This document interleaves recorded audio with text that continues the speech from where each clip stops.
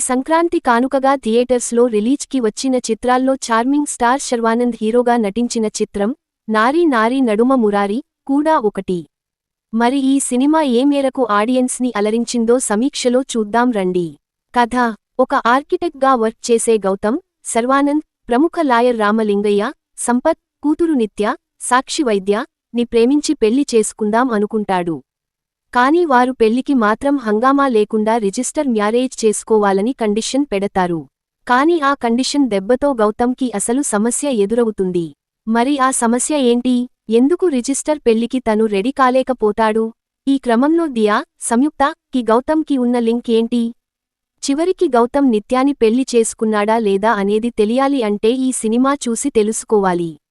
Plus points: ఈ సినిమాలో కొన్ని చోట్ల డీసెంట్ ఫన్ మూమెంట్స్ కనిపిస్తాయి. శర్వానంద్ కామెడీ టైమింగ్ యాజిటీజ్గా ఫ్లోలో వెళ్ళిపోతుంది. అంతేకాకుండా లీడ్ హీరోయిన్స్తో కలిపి ముగ్గురికి ఉండే సన్నివేశాలు సెకండాఫ్లో అక్కడక్కడా రిలీఫ్గా అనిపిస్తాయి. వీరి ముగ్గురు నడుమ జనరేట్ అయ్యే ఫన్ ఆ కన్ఫ్యూజన్ అందులో నలిగిపోయే హీరోగా శర్వానంద్ మంచి నటన కనబరిచాడు. తన లుక్స్ స్టైలింగ్ ఈ సినిమాలో ఉంది. ఇద్దరు హీరోయిన్స్ కూడా తమ పాత్రల్లో వాటికి కావాల్సిన రీతిలో నటించారు.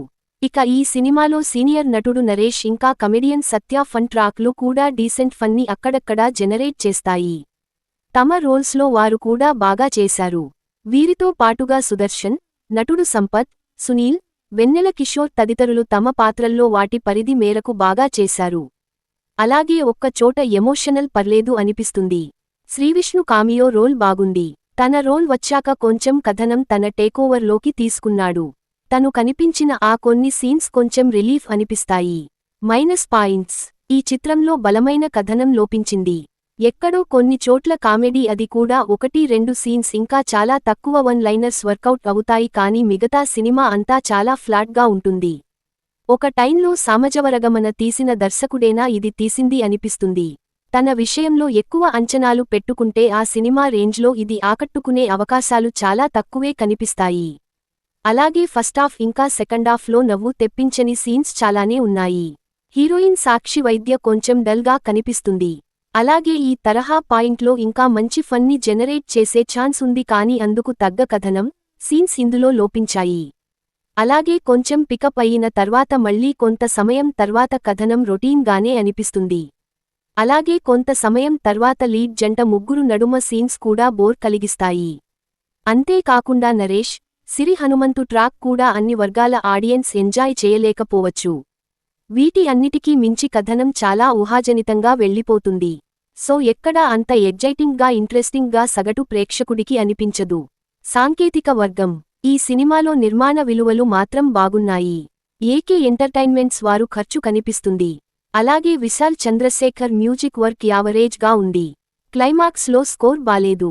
యువరాజ్, జ్ఞానశేఖర్ వియస్ల కెమెరా వర్క్ బాగుంది. ఎడిటింగ్ బెటర్గా చేయాల్సింది.